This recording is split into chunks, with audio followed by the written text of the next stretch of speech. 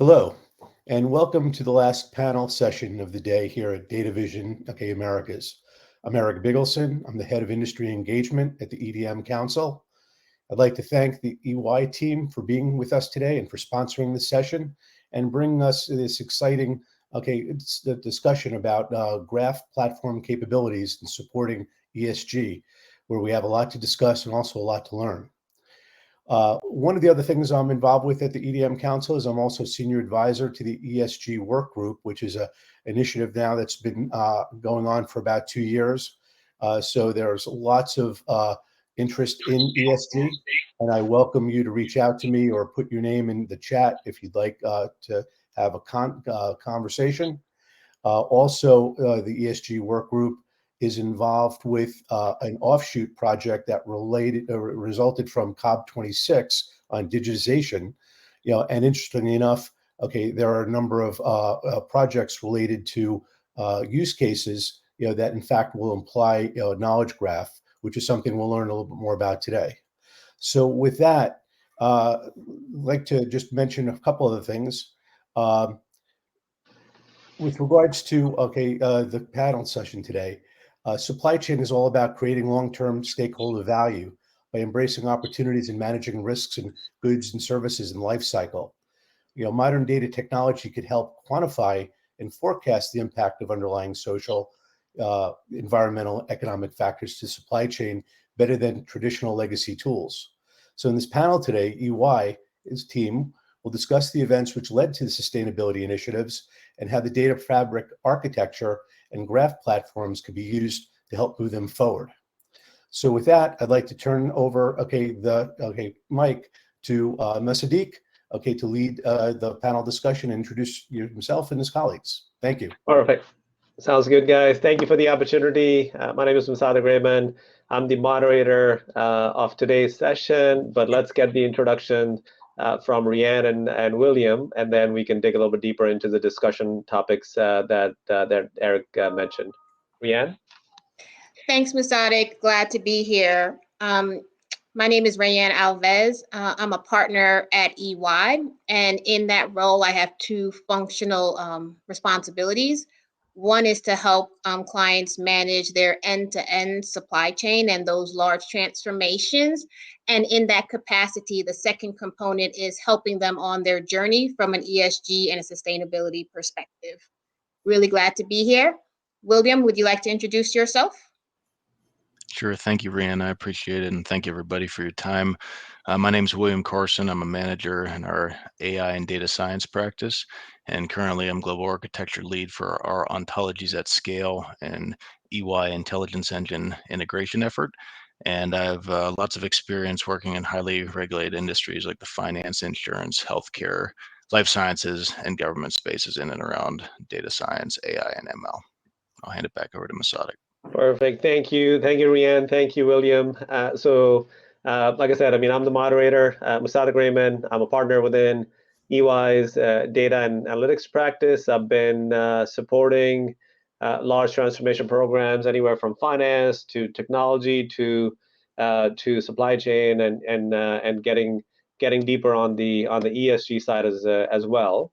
And with that, let's get into the meat of the discussion. So, Rhiannon, if you could start the discussion regarding your background, the work that you're doing, what you're seeing in the industry from a supply chain perspective and ESG, I think that's going to be super beneficial, please.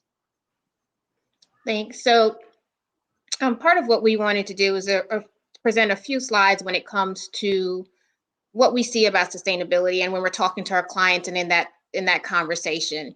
So what you'll see with this slide, it's really to ground the conversation, because sustainability, especially sustainable supply chain, is a new topic of sorts, and it's really become really hot, especially as a lot of our clients are figuring out that 2025 or 2030 or 2040 or whenever those commitments are due is really not that far away. So we use this slide to just kind of ground where everybody is. And when you talk about sustainable supply chain, it's kind of what it means. And so you'll see on the right-hand side, we'll talk about like from a UN global compact. So what that does is kind of have authority an authority body on what they define supply chain, so we're grounded. And then the left side really talks about the long-term value, which is what sustainability really does drive for. You'll have the risk in managing that, so your materiality for each one of our clients, which can vary. And then a lot of what people have seen, the environmental, the social, the economic factors. So this is just really to ground the audience. I know Eric mentioned that there's a group that EDMC has around this, but just wanted to ground on what we are talking about when we say sustainable supply chain. Perfect. Sounds good. So this next slide, it has a lot of content, but really what it's really showing is that over the course of the pandemic, sustainability in all its facets has really become a key topic to our clients. But this really shows that that journey started well over a decade ago, and it's usually driven by three things. So you'll see there's events that occur. So like it talks about like the Nike sweatshop. So something occurred at Nike, and this is what kind of brought some of their focus on sustainability to the forefront. And you'll see like the economic power. So something happened. And so as you go through this slide, as Musadik is scrolling through, you'll see an event, you'll see a scandal, or you'll see kind of legislation. So you'll see like the UN guiding principles and those types of things. And so Musadik, as you kind of move through, you'll see that these have been the three main things that have governed the drive to and continue to improve sustainability over 20 plus years. I know there's been a lot of focus in the last two because you've had social events and George Floyd and these types of things that have occurred to have additional focus. But what this slide shows is that there's been legislation that's been coming down the pipe and scandals that's really been bringing sustainable supply chain and what it does to the forefront. What really underpins a lot of this conversation, Musada, if you can kind of scroll back out, but what a lot of this conversation really lends itself to is that for somebody and any company, when you're in the supply chain, and when I say supply chain, it means from the source, so the raw materials, the sourcing, the planning, procurement, operations, logistics, your whole value chain that you own, the data component has always been a topic in supply chain, but more so as you try to measure parts of the supply chain, the value chain that you don't own, it has become a key area and a challenge for many of our clients. So I think as we continue with the rest of this conversation, you'll see the linkage as how the data becomes a key component. Absolutely. I think that's that's great. Rian, any specific areas you want me to zoom in, or I think we have just try to kind of start with 1990s and just kind of went all the way to the 2020s. And let me know if there's any specific areas you want me to zoom in. No, so I don't think so. I think you started to zoom in. I think what I would like the audience to take away is that there's been three things that have been leading or causing sustainability to become the forefront. It's an event that happens, so like the oil spill. There's a scandal, like you've heard about some sweatshops, or it's something with the palm oil. There's legislation that occurs, so whether it's Dodd-Frank or the Paris Agreement or any kind of legislative type thing, those have been the three things that have been driving sustainability to the forefront in our organizations of our clients over the last 20 plus years. Yeah, no, I think that is a super powerful slide that also just gives us the historical context. I think that is, thank you, Rian, for the background. Let's continue to get into, so as we start to look at what are some of the ways that we can bring in some modern technologies to help solve the ESG challenge, help connect the dots from a supply chain perspective, and the lineage of all the data hubs that take place from the resources to the suppliers, to the vendors, to the distribution centers, all the way to a finished product sitting at the shelf. We would like to introduce and pull back William into the discussion regarding listening and learning and having a candid conversation regarding some of the modern data architecture capabilities that exist that could help streamline, accelerate, and or make some of the insights a little bit easier. So William, if you could take it away on this slide, please. No, that makes sense, Masadak, and thank you again. Folks, as the slide suggests, in order to make sense of all the data that you're seeing on the screen, we need to think slightly differently about our approach compared to how we did in the past with the relational model. We have to admit that the data are now coming from far too many places to have a unified scheme through a single elegant data model like we always try to get in the past on one database platform. So we may have traditional databases, raw data lakes, SIMs, document-based NoSQL stores, graph platforms, et cetera. But the administration and management of which far exceeds the scope of a single data model, right?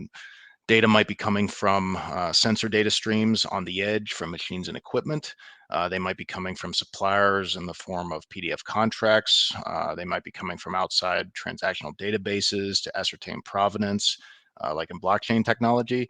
But basically, we're swimming in a lake of data, whether it's from internal sources, databases from corporate acquisitions, or open source streams. So we also need to admit, especially for our sustainability use case, that business requests also perhaps are coming from external sources that are outside the envelope of our database's original functional requirements, right? Take, for example, if a regulatory agency requires self-assessment about the scale of your organization's carbon emissions, how would you go about calculating that? Would you get an analyst to query 10 or more different databases in similar but slightly different ways and aggregate their results in some dashboard? Would you need to get a team of data scientists to dig through a sea of unenriched data with Python, right? How would you go about doing this? What about when the request comes around again in 6 months, right? Was our process repeatable? Could we generate a different answer in the same way so that the answers are consistent? Or was it really so convoluted that effectively we're doing an ad hoc analysis each time it has to be performed, right? We think that there's a better way at EY, and our proposition involves the intersection between graph databases, graph platforms, ontologies, and a unified data fabric architecture. So next slide, please, if you could, Masadak. So why graph, right? Graph databases like Amazon Neptune, Neo4j, Stardog, they're really natively built to store and query relationships between entities, right? And this differs from relational databases that are built to store and query tabular databases with a focus on the relationships between the tables that store the attributes, right? It's a subtle distinction, but a distinction nonetheless, since both paradigms are really talking about logically representing some type of physical entity or transaction or relationship. But effectively, it comes down to performance. Compared to a relational database, it's far less time consuming to ask a graph database questions about, just thinking about last week, who's the co-star alongside the actor who starred in the recent movie on Netflix about a Earth-killing asteroid, right? Now, there I'm talking about Jennifer Lawrence, but to tie back to that last slide, a question we may want to ask could be, which intermediate and final goods are affected if an inventory shock happened at supplier X somewhere in our supply chain, right? A relational database would have a really tough time computationally answering that question. And our poor analysts from the previous slide would also have a tougher time writing that SQL to even ask that question. So graph databases, they also scale out really well from a read and write perspective, and they handle arbitrary and novel data better than our relational data model. So we can bring in new data from new sources a little bit more easily. So I mentioned ontologies as well. So how do those fit into the graph paradigm? Before I get into that, I do want to get us all on the same page by giving just a quick overview of the spectrum on ways we can represent knowledge within a domain, with ontologies being the most sophisticated. I hope this will paint a little bit better picture of what we're talking about here. But first up is the controlled vocabulary, okay? And that's basically you and I agreeing on terms within a domain. So instead of arguing about whether and rightfully or wrongfully, whether we're calling them chips or integrated circuits or silicon or semiconductors, you and I, we all agree to call them semiconductors, right? And this is basically the level which knowledge stops within traditional databases. In the relational paradigm, maybe if we're lucky, our data models are unified and our ranges of acceptable values are asserted through domain constraints or things like that. But as everyone in the audience knows, in real life, this could very well just be wishful thinking. And generally, we do have to address data quality issues through ETL or post hoc mastering views or consumption time downstream. Next up is the taxonomy, right, which is a controlled vocabulary with a hierarchical relationship and structure. So here we say that semiconductors are the parent class with children, diodes and transistors and rectifiers. And of course, this is bidirectional, so we can represent the children as having the semiconductor parent as well.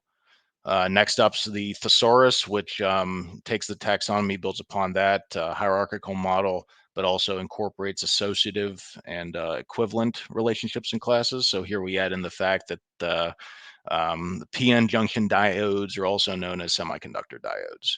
And then finally, we have this ontology, which is a robust, very dense webbing that models relationships found in the thesaurus, but also class memberships of entities and the domains and persistence with other attributes. So we get to describe perhaps which suppliers fulfill which semiconductor needs and what the technical characteristics of each class of semiconductors are, et cetera, right? But now that we're on the same page, how do we bridge the gap between the perhaps academic and philosophical activity of discussing knowledge representation to actually operationalizing these ontologies for business lift, right? The graph databases I mentioned earlier, they allow import of an ontology, some of the sophisticated ones to serve as the basis for reasoning against for queries against underlying data sources. And so with some bridging between the data model and the ontology, we can effectively use the ontology, and this is really neat, to fill the gaps in our data model where explicit relationships have yet to be defined. Because of either granularity in that the original data model didn't need to go that deep, or novelty in that we're pulling in and trying to do new things with newer existing data. So this capability becomes most powerful in a data fabric architecture, which is nicely illustrated on the slide you got in front of you right now. So this architecture is all about using query federation and data virtualization tools to reference data in place for the task at hand. It helps us to avoid reinventing the wheel and building these monolithic, all-encompassing end-to-end schemas that I mentioned earlier.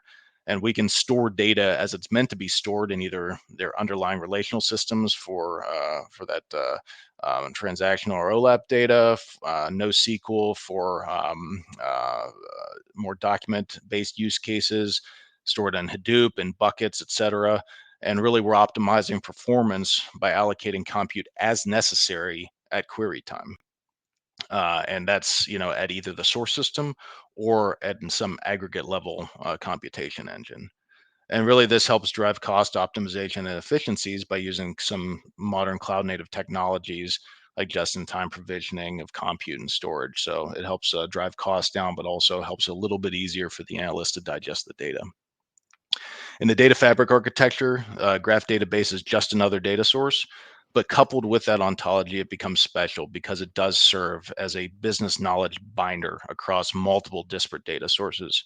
It allows analysts to speak in the language of their business, perhaps not in the language of the data, which oftentimes there is a cleavage, and from one single plane, and allows us to abstract away the technical nuances of where the data live, which is really powerful from a business perspective. This really facilitates and greatly accelerates what you see on the bottom, which is the ability of analysts to do forecasting and scenario analysis. It helps them visualize and explore previously, quote unquote, unrelated data, even though they were related, we just didn't realize it in the past, and perform other self-service tasks along all other levels of the sophistication spectrum, whether we're talking about basic business reporting or data visualization, machine learning or artificial intelligence, process automation, et cetera, et cetera. Yeah. So I know I covered a lot in a very short period of time, but I do want to leave plenty of time for questions. So I'll bounce it back over to Masadik, and I appreciate all of your time. Thank you. Absolutely. Thank you, Rian. Thank you, William. Super interesting conversation. Rian, your functional lens to supply chain and how supply chain is evolving into ESG. I think that was super powerful, and all the different events that have taken place, which are creating challenges, and of course we're collectively helping address those challenges. So thank you, appreciate the background. William, super powerful conversation around the data fabric concept and how knowledge graph fits in, and how ontologies at the end of the day is the engine through which the business can speak the business language, and the technology team can work on the data mapping and data discovery, and try to kind of connect the dots, and that basically becomes a super powerful, visually appealing way for us to consume information. So thank you for that. Question back to, I don't think there's Eric, please let me know if there's any questions from the audience that we should tee up, or anything that comes to your mind. I think, Eric, you're on mute. Sorry, I'm not seeing any, but there are one or two other questions that did come up earlier. Yeah. Let me pose them, but how much of an overlap do you see between the supply chain and ESG in general? I guess, for Mr. Deek or Rehan. So, Musadik, I'll take that. And then there's a key component that you and William really have. So when you think about supply chain and ESG, at the end of the day, it's still your supply chain. So a lot of those foundational capabilities that you had to have to make your supply chain function in response to what the business strategy was, those all are still in play.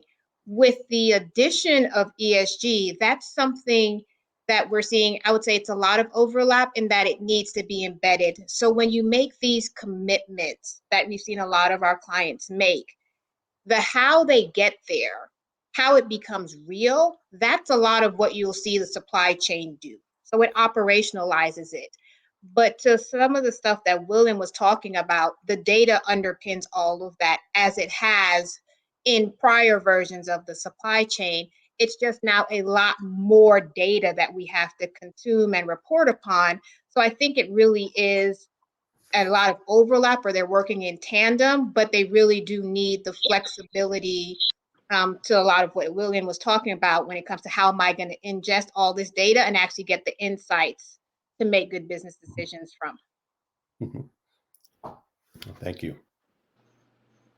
Yeah, so there's a question that came up, and William, that kind of goes back to some of the topics that you were talking about, is that you were talking about visually consuming the information, visually looking at the entities, the relationship, almost looking at the lineage, and adding as much richness as possible to those entities that are interconnected. So can you expand on that for a little bit, and just kind of describe to us why the data fabric and the graph capabilities are far better than anything else that we have seen in the past, please?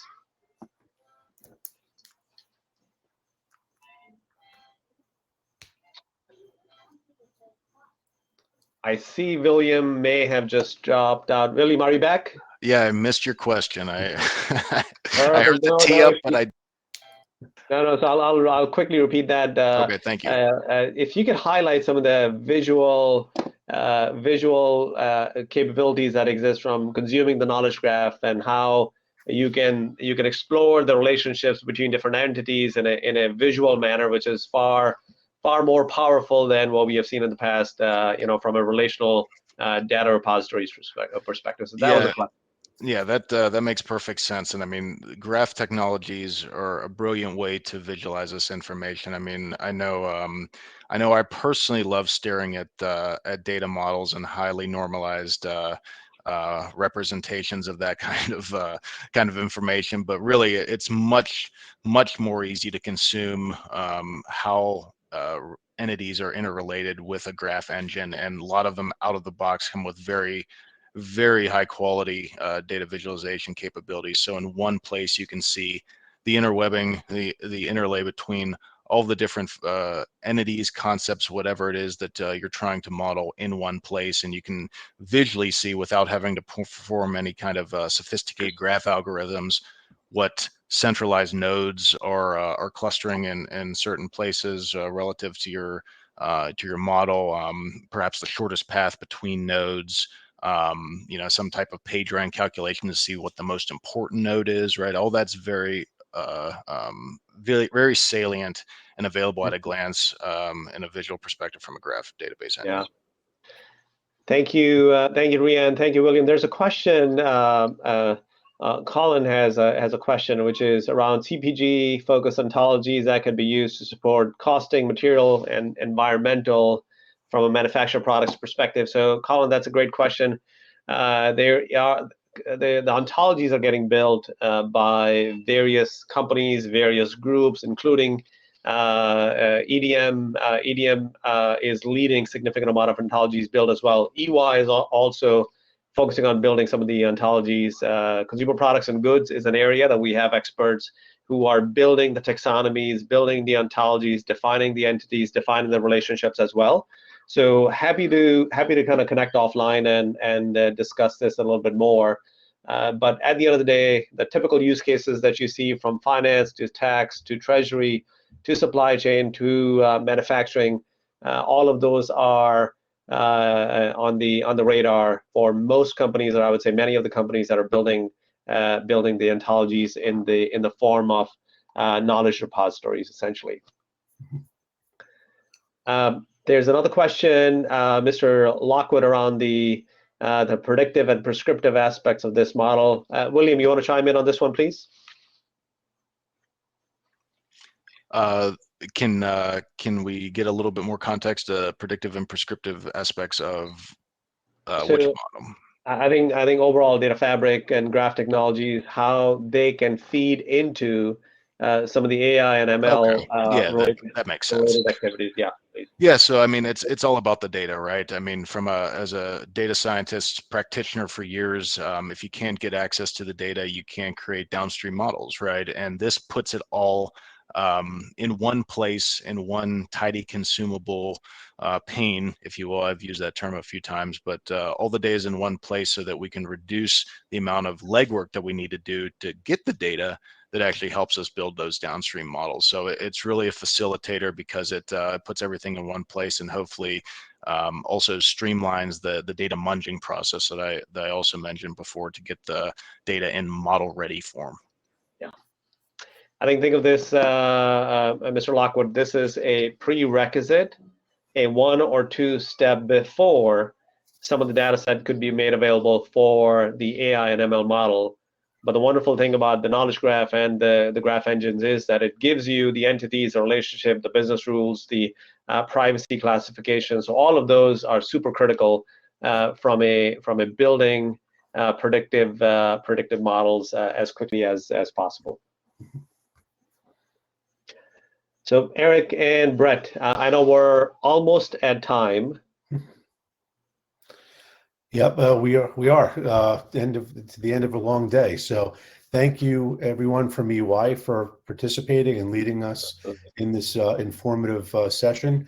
One other footnote I'd add that, interestingly enough, from Gardner's research, they're suggesting right now about 10% of decisioning, is being made with support of graph technology, but they're estimating by 2025, 80% of companies will be using graph to make business decisions. And I assume a good part of that is related to how the ESG ecosystem is going to impact that. So it's a very complex matter in dealing with ESG data from supply chain, let alone companies' own direct data. So we would hope that many of you listening today will continue to explore this further, both with EY, with EDM Council, but please take the time to understand this, because this is going to be perhaps one of the future answers to lots of challenging issues that we're going to be dealing with in the future.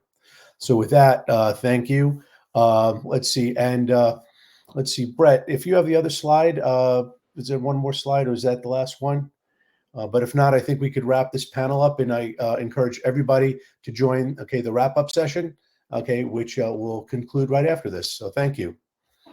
Thank you, guys. Everybody. Good afternoon.